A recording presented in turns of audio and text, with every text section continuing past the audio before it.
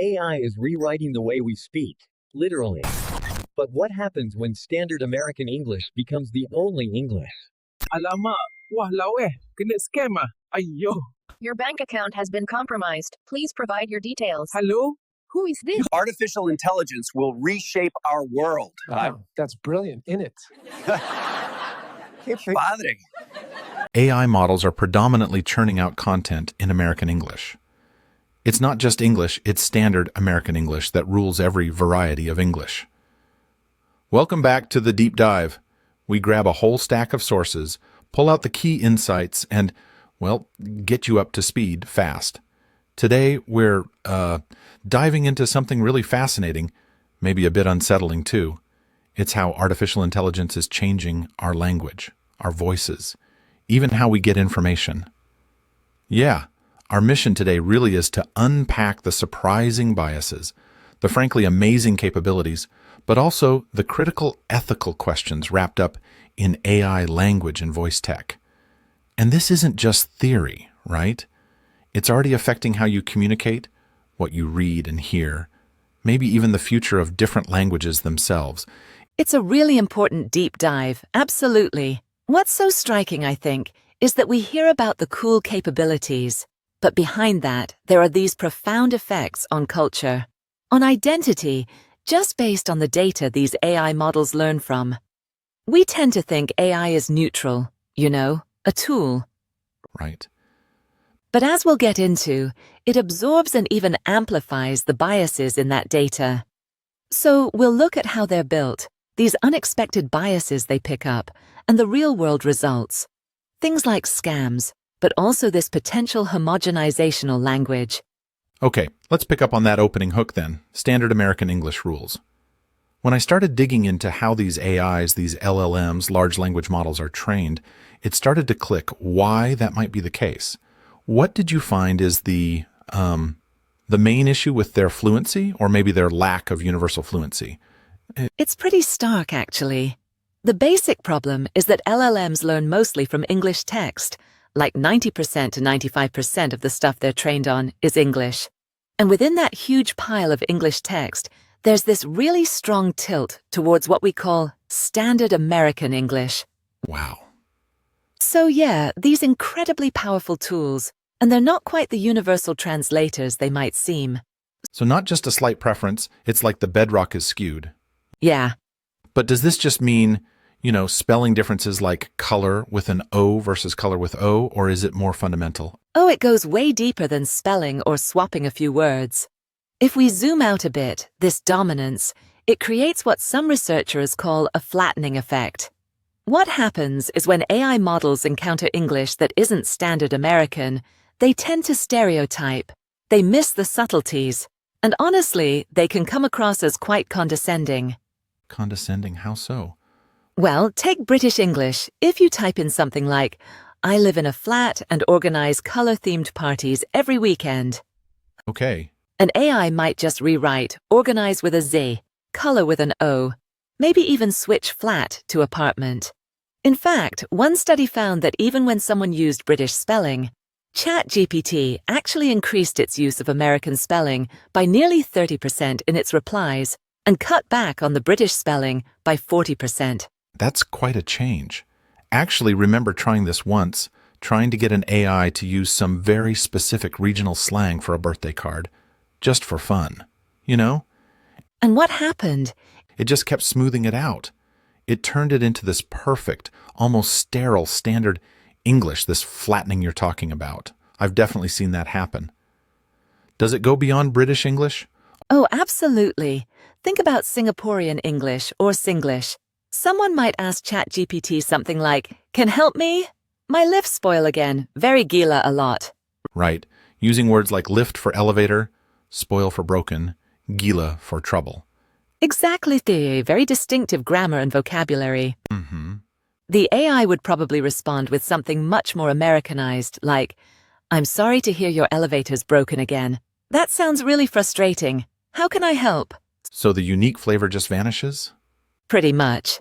That distinctiveness often doesn't make it through, and this pattern repeats for, smaller or less digitally documented ways of speaking.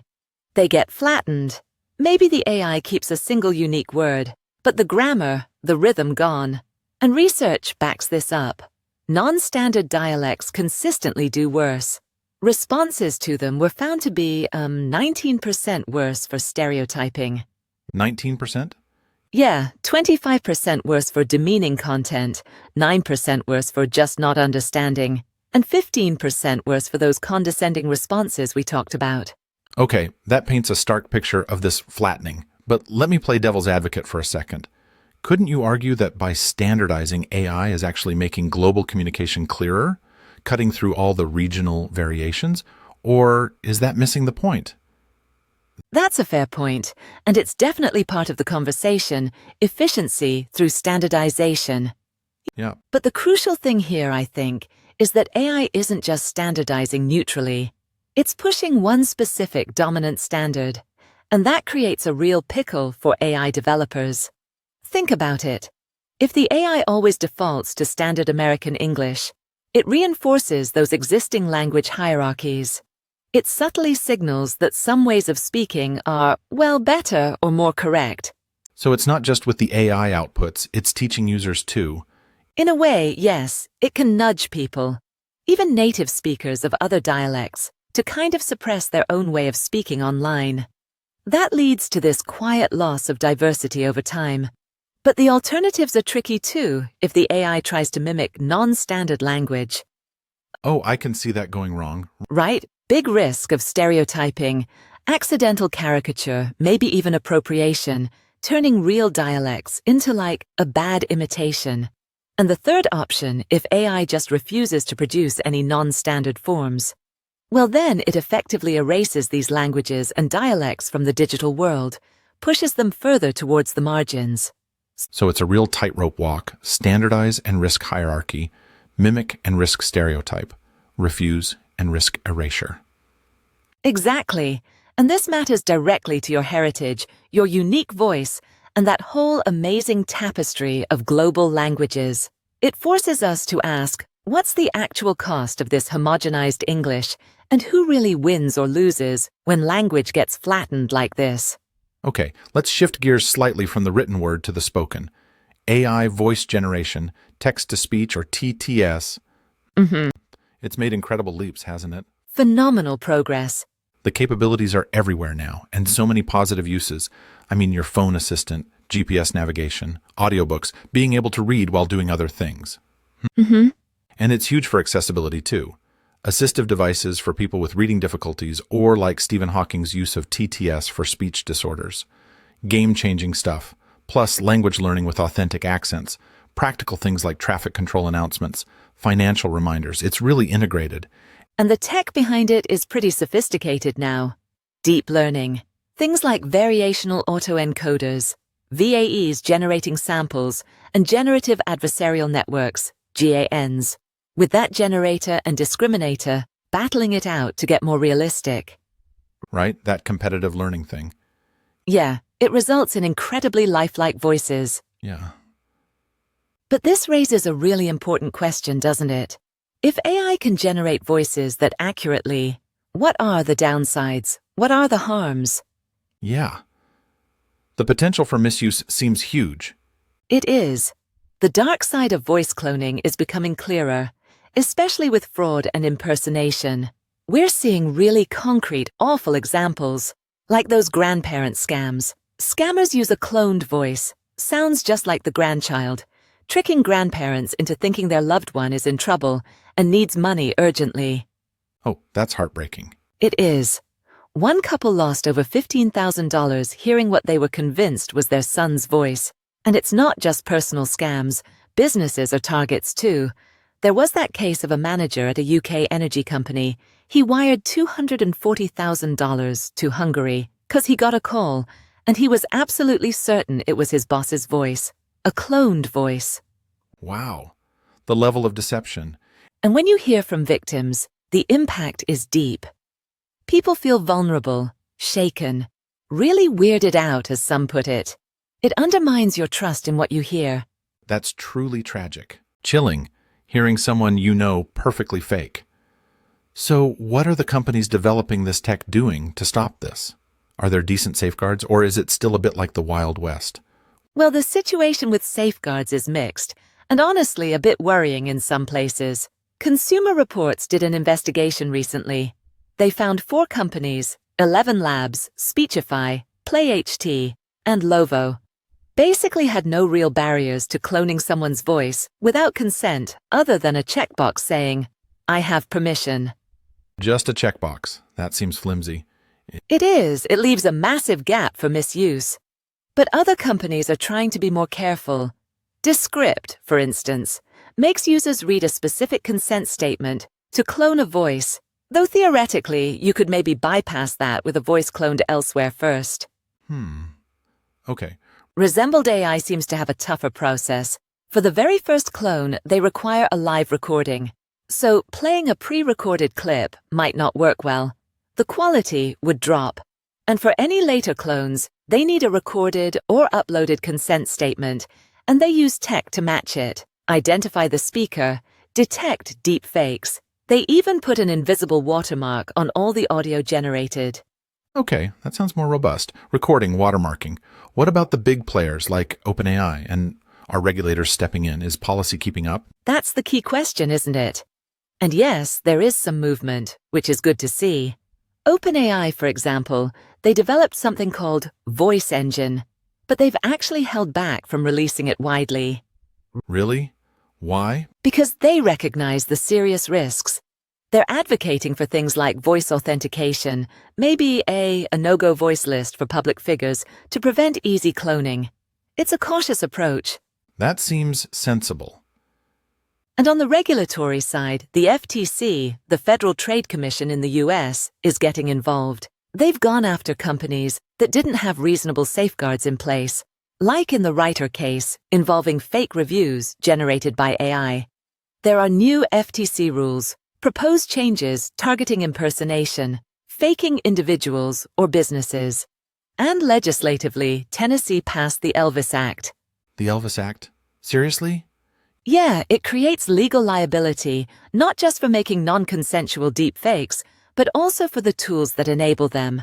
And importantly, it defines voice to include simulations. So targeting the tools themselves, too. Exactly.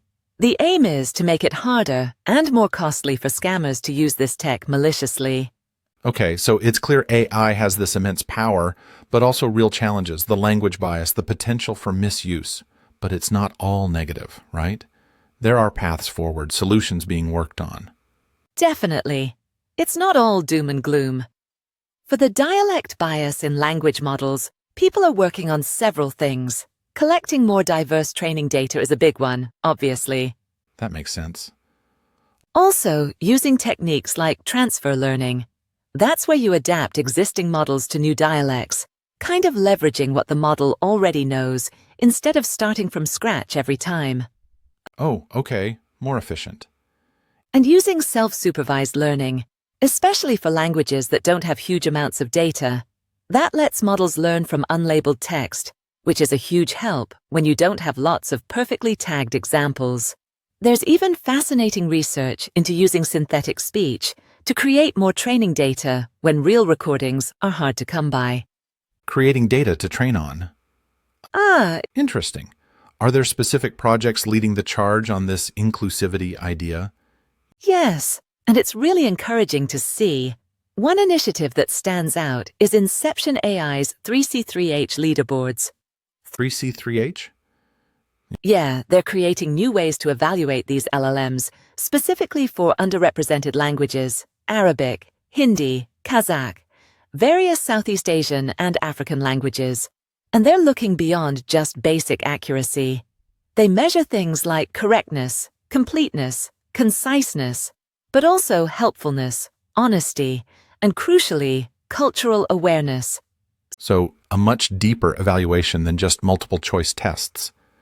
Exactly. It's a big step away from those static benchmarks. And it's not just newer players. Major companies are involved too. Like who? Meta's No Language Left Behind initiative, NLLB, that was a huge breakthrough. They built the first AI model that can translate over 100 languages without needing English as a middle step. Oh, right. Usually it goes, say, Arabic to English, then English to Japanese. Traditionally, yes, which can introduce errors and biases at each step. NLLB cuts out that English pivot, leading to potentially more accurate, more culturally nuanced translations. That's a significant technical jump. It is. And there's also the Oscar project. That's an open-source effort building large multilingual datasets from the web, specifically trying to improve data quality for these low-resource languages, making the tech more accessible globally. It connects to a bigger historical picture too, doesn't it?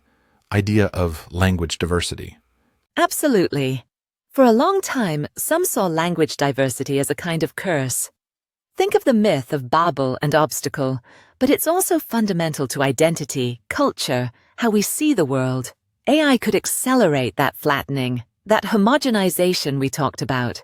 Or if we're intentional about it, it could be an amazing tool for preserving linguistic diversity. And all this builds on decades of work, from early rule-based translation systems to the data-driven methods in the 90s, and then the huge leap with the transformer architecture in the 2010s that powers modern deep learning AI. We're at a real crossroads then. Precisely. The scale of data and computing power now can either flatten our linguistic world or enrich it. It's exciting to see efforts pushing towards enrichment. So, wrapping this up, this deep dive really highlights that dual nature of AI. Yeah. On one side, incredible power to change communication, improve access to information worldwide, create new ways to interact. But on the other side, these significant hurdles, ingrained language biases favoring the dominant players, and this, frankly, scary potential for misuse with voice cloning and fraud. It really hammers home that building AI isn't just tech work. It has huge societal ripples. Absolutely. Which means AI developers, policymakers, regulators, but also crucially, you listening as a user. We all have a part to play in steering this towards a future that's more fair, more inclusive, and safer for everyone online. And the bigger takeaway, connecting this to the bigger picture, is thinking about what it really means for language to evolve now in this age of AI. Will the AI assistants of the future actually get good enough to understand your specific way of speaking, your accent, your intonation, maybe how you switch between languages, code switching? Or will it push us all towards one standard? Or will we end up, as one source warned, in a future where global English sounds more and more like a TED Talk or the standard SEO boring sales pitch? Oof, that's a bleak thought. It raises that vital question. What is the real cost if our language becomes homogenized? And how do we make sure that the incredible richness of human expression and all its amazing diversity isn't just preserved, but actually celebrated and maybe even empowered by these powerful new technologies? A very powerful thought to leave things on. As AI keeps weaving itself into our lives, it's worth paying attention to the voices you hear, the language you use and encounter in those interactions. It's a conversation that's definitely just getting started. Until next time, stay curious.